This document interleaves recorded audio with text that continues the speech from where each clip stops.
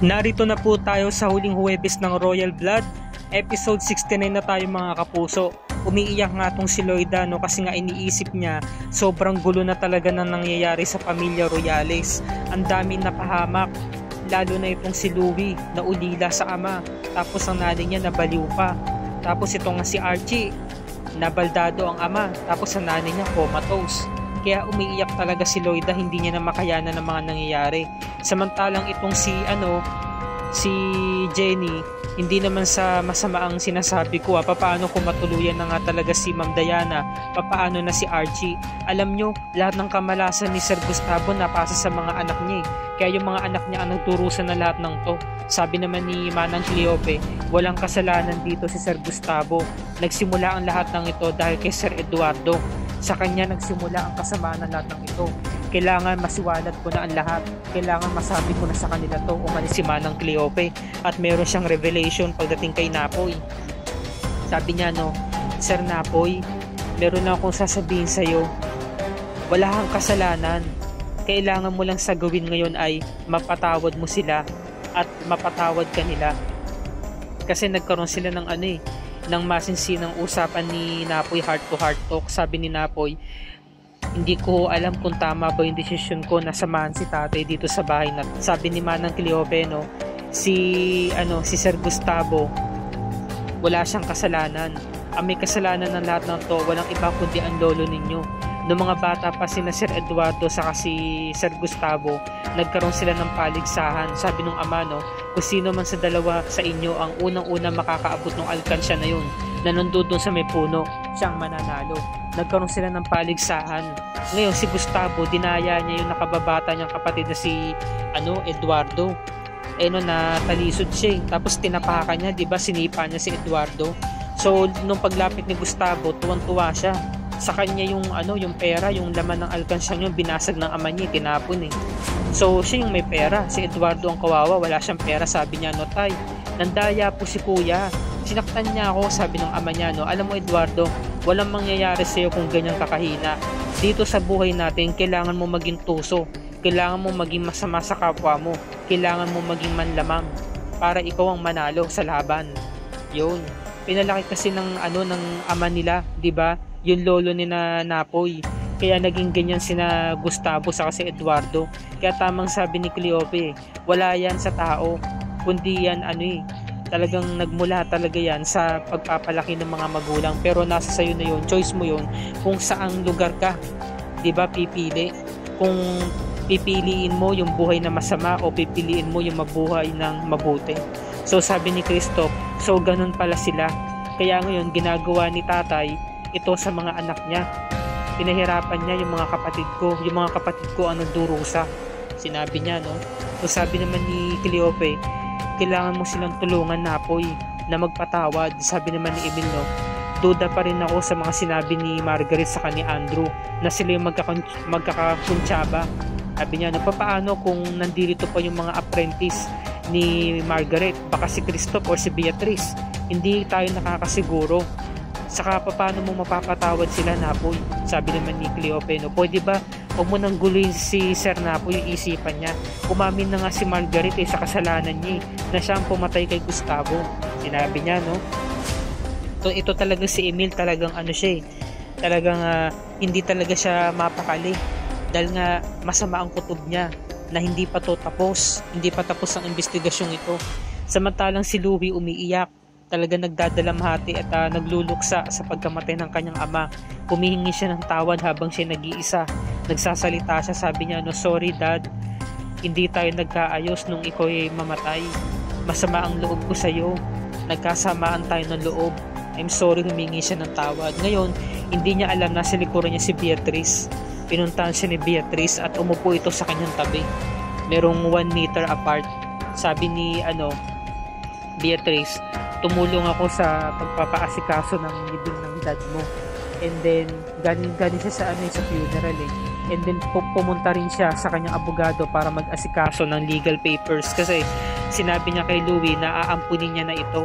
Sabi naman ni Louie, bakit niyo po ito ginagawa, Tita Beatrice? Palalayasin niyo na ba ako? Dahil ba hindi niyo na ako kailangan? Sabi ni Beatrice, hindi.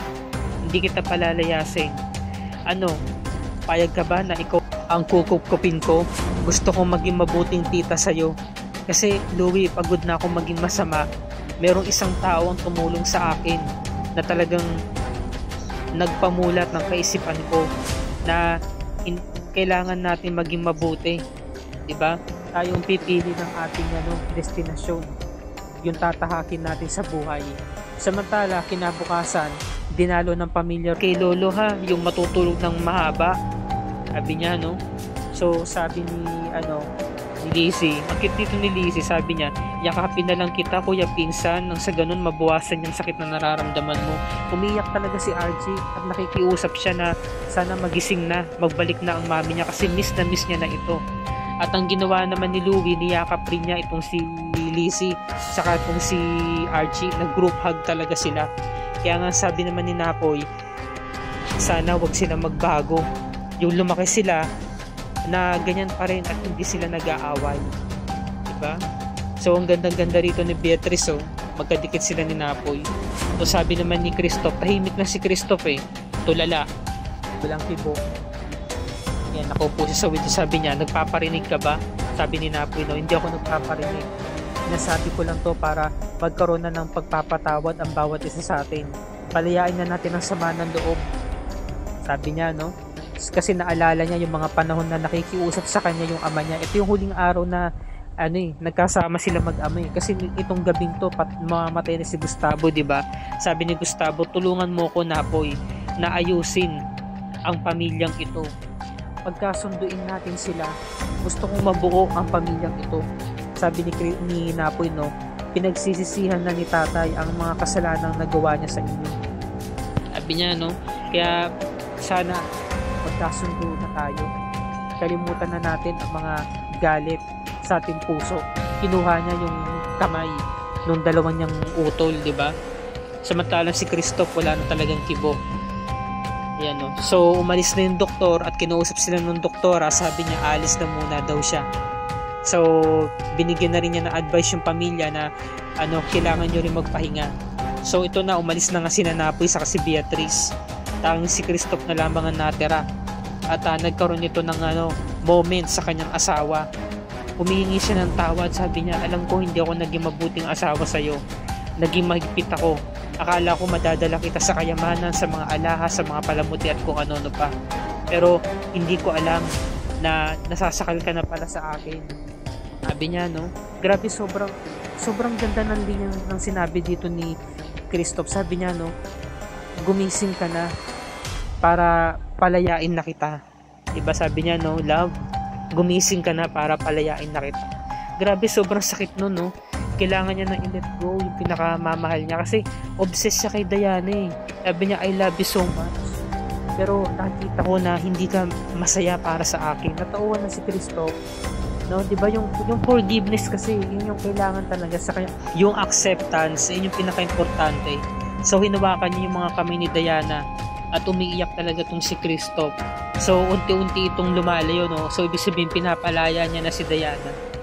Grabe talaga yung pain na nararamdaman dito ni Christoph. Nakakaawa siya dito. Samantala, sumunod na araw, na nga siya, no? Naka-discharge na nga sa hospital at inaalagaan siya ni Archie. Si Archie naman ang nag-aalaga sa kanya. Tumuloy sila ng kwadra para puntahan nga itong si Kid para himas-himasin. Kasi nga, para makomfort sila, di ba? Kasi kasi ang kabayo, talagang nakakapagbigay ng positive energy sa kapwa nila. Nararamdaman nila po anong nararamdaman ng amo nila. So sabi ni Archie, no, please dad, hawakan mo ito para naman gumaan yung pakaramdam mo and then pumikit ka, di ba? So sinunod naman ito ni Christoph. So nung nakita ni samantalang si Christoph, umiiyak siya, lumuluha na lamang siya kasi naisip niya ang daming nawala sa kanya, hindi niya nakamit yung pangarap niya na maging CEO and President ng Royal Motors. Tapos nawala pa sa kanya yung asawa niya, and then si Archie, hindi naman niya tunay na anak. So balang araw mawawala na rin to sa kanya. At ito pala yung time na nung na-aksidente si Diana, nabanggit pala niya kay Napoy. Sabi niya, no, Napoy, meron akong importante na sabihin sa'yo. Si Archie, anak mo siya. Yun. At alam din ito ni Christoph kasi gising siya nun may malay siya nung time na yun. Nasabi pala niya kay Napoy, 'di ba? Naputol kasi nung kagabi. So, umiiyak dito si Napoy. Grabe yung moment na to. Talagang nakakaiyak kasi harapan ng magkapatid, ng mag-brother saka ng mag-ama. Sabi ni Napoy, no? Sabi ni Napoy dito sa anak niya, bantayan mo at alagaan mo ang daddy mo, ha. Bumalik ka sa kanya. Mahal na mahal ka niya. Kailangan mahalin mo siya dahil kailangan na kailangan ka niya ngayon. Grabe, no? Yung pagmamahal ni Napoy, no? Kasi ang sa kanya lang naman, gusto niya mabuo yung connection niya sa mga kapatid niya. Pero yung anak niya na si Archie, pinaubaya niya talaga kay Christoph, no? Ganun talaga niya kamahal si Christoph. Kasi alam niya malungkot na ang buhay nito, eh. Kaya ang gusto niya, makasama ni Archie si Christoph bilang tiyuhin nito. Tiyuhin naman kasi ni Archie si Christoph, di ba? Pero ang buong pagkakala kasi ni Christoph, daddy niya to, di ba? Pero hindi niya alam tiyuhin niya to. At si Napoy yung totoo niyang ama. So nung lumapit si Napoy, nakipagkamay na siya. Sa wakas, nakipagkamay na rin si Christoph at humihingi to ng pasasalamat sa kanya. Sabi, thank you for doing this. Hanggang sa umalis na nga sila at napangiti na nga itong si Napoy. Bukas na ang the final verdict ng Royal Blood, ang finale episode 70. Nakikiusap si Napoy kay Diana noon na gumising na ito dahil naghihintay sa kanya sina Christoph at Archie. At nagpaalam itong si Napoy na sabi niya, mahal po yung prime suspect ni Gustavo Royales makakalaya. At ngumiti rito si Margaret. At malalaman na natin bukas kung sino ang kasabot niya. Sa akin mga kapuso, dalawang tao ang pinaghihinalaan ko kung sino yung kasabot dito ni Margaret.